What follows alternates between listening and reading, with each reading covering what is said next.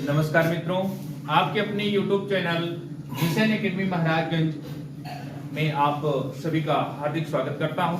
साथियों, आज के दिन यानी हिंदी दिवस के दिन 14 सितंबर को हम फिर से आपके ऑनलाइन YouTube चैनल पर आए हैं। जैसा कि आप जानते हैं कि पीछे का भी कुछ वीडियो हम जो है आपके YouTube चैनल पर डाले हैं, जो ट्रिक के माध्यम से आपको हिंदी के विशेष ज्ञान वर्धक का काम करेगा।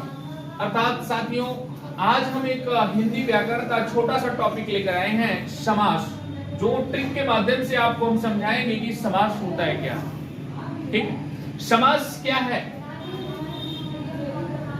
देखिए मित्रों, ऐसा पद, ऐसा सामासिक पद जिसका विग्रह हो, ऐसा सामासिक पद जिसका विग्रह हो, अविग्रह होने के बाद उसके अर्थ को स्पष्ट किया जा सके, उसे ही सामासिक विग्रह कहते हैं। साथियों, यहां पर शब्दों को तोड़ा जाता है और जो शब्द टूटता है शब्द के रूप में टूटता है, विग्रह होता है। लेकिन यहीं पे संधि का अंतर क्या होता है कि संधि में वर्णों का विकार होता है, यहाँ शब्दों का विकार, वहां वर्णों का विकार होता है, वहां वर्ण टूटते हैं।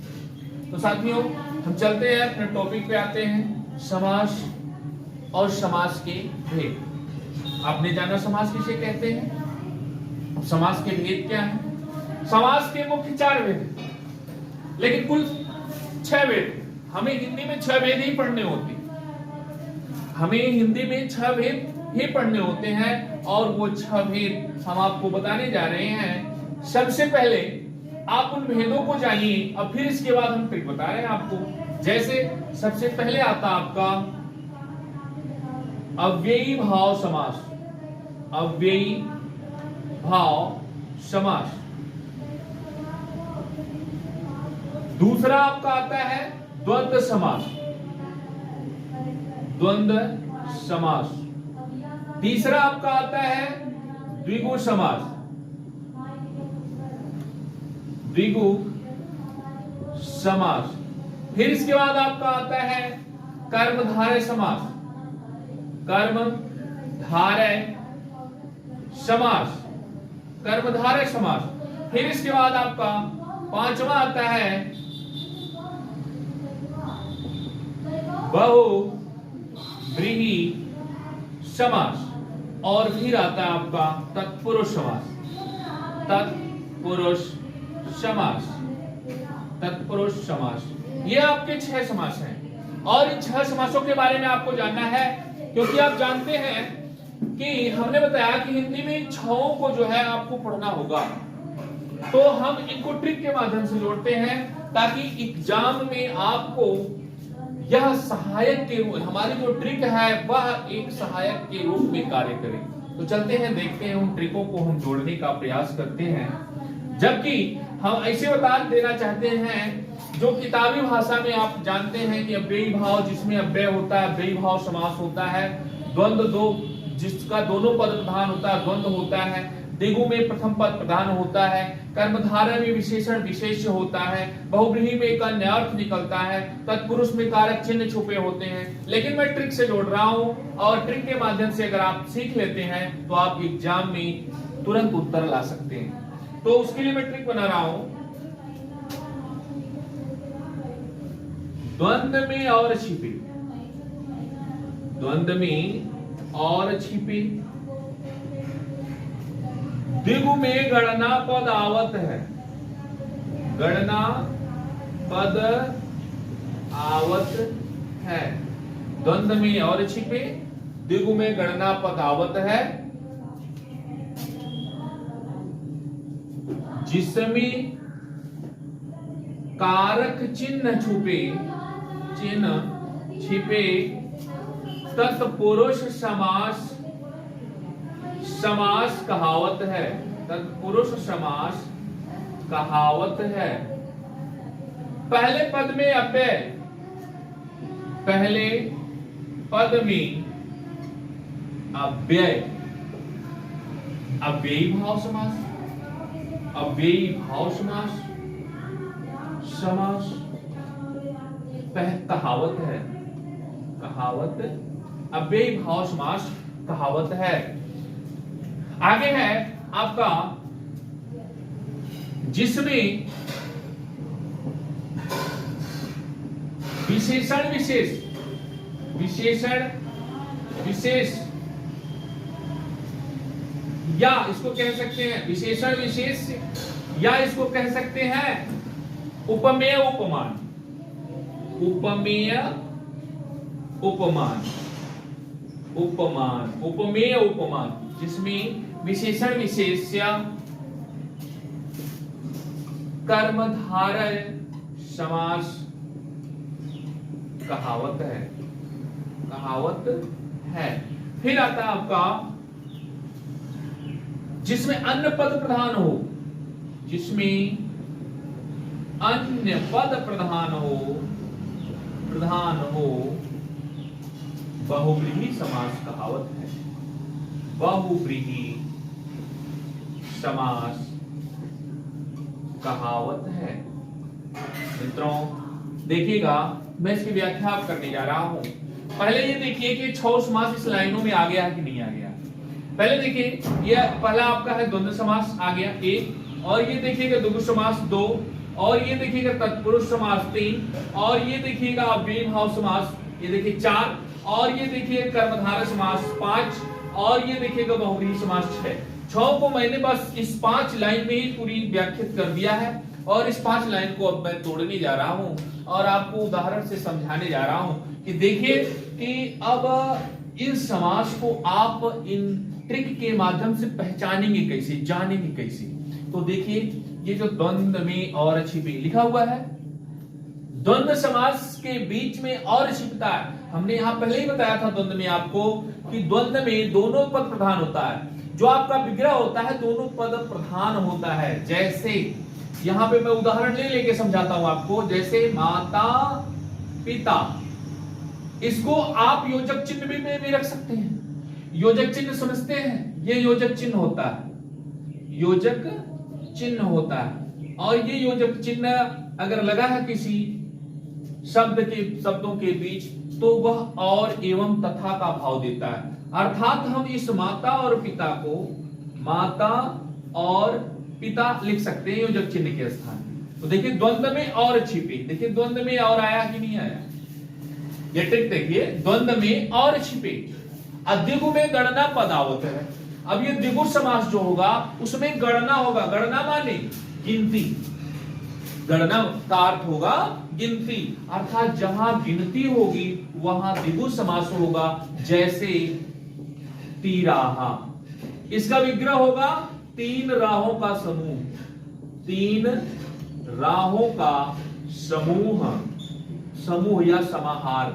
अब ये देखेगा, हमने क्या कहा कि जिसमें पहला पद संख्यावाची हो, गणना हो, वह क्या होता है, द्विगु समास होता है। देखिए 3 क्या है, गणना हो रहा है। अर्थात आगे देखिए, जिसमें कारक चिन्ह छुपे तत्पुरुष समास कहावत है। मित्रों मैं जो है तत्पुरुष समास यानी कारक चिन्हों के लिए भी एक 2 लाइन का दोहा सिर्फ बताऊंगा, यहीं पे क्लियर हो जाएगा कि जो आपके कारक चिन्ह होते हैं उसमें कौन कौन सी निशान पाए जाते हैं। जैसे अब बात आ गई तत्पुरुष की, तो उसकी भी चर्चा यहीं थोड़ा सा हो जाए। जैसे एक ही 2 ही लाइन में आ जाएगा आपका। जैसे देखिएगा यहीं पे मैं बता देता हूं, जबकि आपके समास में तत्पुरुष जो होता है द्वितीया से लेकर सप्तमी तक होता है, केवल 6 ही इसमें पाए जाते हैं। और जो कारक चिन्हों का प्रयोग होता है 8 कुल होता है, कुल 8 कारक चिन्ह होते हैं, लेकिन प्रयोग के दृष्टिकोण से केवल 6 ही होते हैं और वो तत्पुरुष समास में होते हैं। अर्थात आपको हम सबको बता देते हैं कि कारक चिन्ह किस प्रकार से आपको याद रखना है। जैसे कर्ता ने फिर कर्म को, कर्ता ने फिर कर्म को और करण से जान, करण से जान, संप्रदान के लिए, संप्रदान के लिए और अपादान से मान, अपादान से मान, अपादान से मान काकी के संबंध में, काकी के संबंध में पर अधिकरण समान, अधिकरण समान, में पर अधिकरण समान, में पर अधिकरण समान, संबोधन हो अरे, संबोधन हो हे अरे, कारक की पहचान, कारक की पहचान। मित्रों देखिएगा, कर्ता ने फिर कर्म को, यही मैंने पूरी विभक्ति दे दी है। देख, कर्ता कारक का चिन्ह ने होता है, कर्म का को होता है, करण का से होता है, संप्रदान का के लिए होता है, अपादान का से होता है अलगाव के दृष्टिकोण से, संबंध का की के होता है, और में और पर अधिकरण का होता है, और संबोधन का हे हो अरे होता है। आपको जो है एक साथ दो चीजें तैयार होगी आपकी, अर्थात कारक चिन्ह भी यहां आ गया, क्योंकि तत्पुरुष समास में इनका प्रयोग होता है। जैसे मैं उदाहरण इसके लिए दे देता हूं, जैसे हवन सामग्री, हवन सामग्री शब्द है, हवन के लिए सामग्री, तो इसमें क्या है देखिए, हवन सामग्री, सामग्री, हवन के लिए सामग्री, हवन के लिए सामग्री, ये देखिए के लिए आया है, और के लिए किसका है, के लिए किसका है, संप्रदान का है, यानी चतुर्थी विभक्ति का है, तो आप कह सकते हैं तत्पुरुष समास इसमें क्या है, लगा हुआ है। अब इसमें देखिएगा, पहले पद में अव्यय हो, अव्ययी भाव समास कहावत है। इसमें देखिएगा, जैसे उदाहरण लेता हूं, यथाशक्ति, यथाशक्ति यानी शक्ति के अनुसार। ये बताइए यथा क्या है, अव्यय है ना।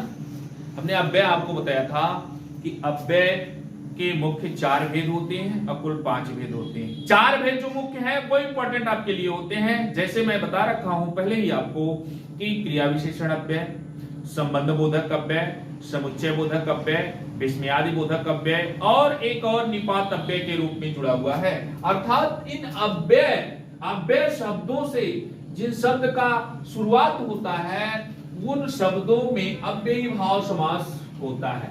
यानी पहले पद में अव्यय लिखा है ना, पहले पद में अव्यय, यानी इसके पहला पद जो होता है पूर्व पद वह अव्यय होता है। ठीक, अब इसमें देखिएगा, जिसमें विशेषण विशेष कर्मधारय समास कहावत है। उपमेय उपमान को भी मैं समझा रखा हूं, उपमेय उपमान विशेषण विशेष्य, विशेषण विशेष्य, अर्थात विशेष्य क्या है, विशेषण क्या है, संज्ञा या सर्वनाम जिसकी विशेषता बताता है वो विशेषण कहलाता है, और विशेष्य का संज्ञा ही क्या है, विशेष्य। अर्थात उपमेय उपमान जिससे जिसकी तुलना की जाए, जैसे पीतांबर, पीतांबर यह शब्द देखिएगा, पीला है वस्त्र जो, इसके 2 विग्रह होते हैं। यहां पे आपको कंफ्यूजन हमेशा बनी रहती है कि मैं बहुव्रीहि में जाऊं कि कर्मधारय में जाऊं, तो वहां पर विग्रह पर डिपेंड करता है, एग्जामिनर के पूछने के सेंस पर डिपेंड करता है कि वह आपसे पूछना क्या चाहता है। अगर वह कर्मधारय पूछेगा तो वह पीला है अंबर जो, अर्थात पीला है वस्त्र जो, यानी वस्त्र को कहा जा रहा है, यानी इस रंग की विशेषता इस वस्त्र से लगाई गई है। और देखिए विशेषण विशेष हुआ, उपमेय उपमान हुआ, जिससे जिसकी हुआ, अर्थात हम कह सकते हैं कि कर्मधारय समास में एक पद जो होता है विशेषण होता है, एक पद विशेष होता है, एक पद उपमेय होता है, एक पद उपमान होता है। लेकिन यही अगर एग्जामिनर बदल देता है अपने सवाल को, तो विग्रह लिखेगा पीला वस्त्र धारण किया है जो, अर्थात कृष्ण होते हैं, विष्णु होते हैं, अर्थात तब उत्तर आ जाएगा बहुव्रीहि। इसलिए मैं इस उदाहरण को लिया हूं ताकि यह दोनों चीजें स्पष्ट हो जाए। अब देखिएगा कहां कंफ्यूजन होती हैं, जैसे आप जब बहुव्रीहि हल करते हैं तो कुछ संख्यावाची शब्द आते हैं। जब आप बहुव्रीहि को हल करते हैं कुछ संख्यावाची शब्द आते हैं, और उन संख्यावाची शब्दों के अंतर्गत उन संख्यावाची शब्दों के अंतर्गत आप कहते हैं कि यह तब फिर कैसे गुण द्विगु होना चाहिए, गणना हो रही है। ऐसा नहीं है।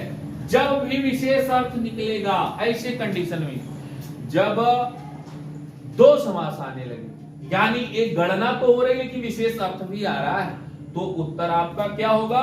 बहुव्रीहि होगा। जैसे ये देखिए, दसानन, इसका विग्रह करिए।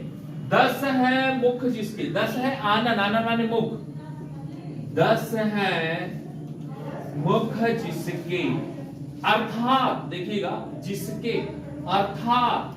अब अर्थात में उत्तर क्या आया? किसको कहा गया? रावण को कहा गया। जब उत्तर रावण यानी अर्थात में जब उत्तर निकल जाए तो वह बहुव्रीहि का उदाहरण होता है। जैसे वीणा पाणी, देखिएगा वीणा पाणी, वीणा है हाथ में जिसके, अर्थात इसका विग्रह क्या होगा? वीणा, वीणा माने वीणा, पाणी माने हाथ। अब वीणा हो हाथ में जिसके, अर्थात सरस्वती, सरस्वती। तो वीणा है हाथ में जिसके, अर्थात सरस्वती। तो हम कह सकते हैं कि वीणा पाणी शब्द कौन सा समास है? बहुव्रीहि समास है। ठीक। अब बताइए मित्रों, आपको अव्ययी भाव के परिभाषा याद करने की आवश्यकता नहीं है। द्वंद्व और द्विगु, कर्मधारय, बहुव्रीहि और तत्पुरुष परिभाषा याद करने की आवश्यकता नहीं है। सिर्फ हमारे इस छोटे से ट्रिक के माध्यम से आप किसी भी शब्द का आप विग्रह कर करके समास बता सकते हैं कि इस शब्द में कौन सा समास छिपा हुआ है। तो इसी प्रकार से और भी चैप्टर्स और भी अध्याय के ट्रिक के माध्यम से अगर हिंदी व्याकरण को सीखना चाहते हैं और देखना चाहते हैं तो हमारे YouTube channel mission academy Maharajganj से जुड़े रहिए और इसी तरह अपना स्नेह और प्यार दिखाते रहिए। हमारे अगर ऐसी वीडियो आपको अच्छा लगे तो इस चैनल को लाइक, शेयर, सब्सक्राइब करना न भूलें। धन्यवाद।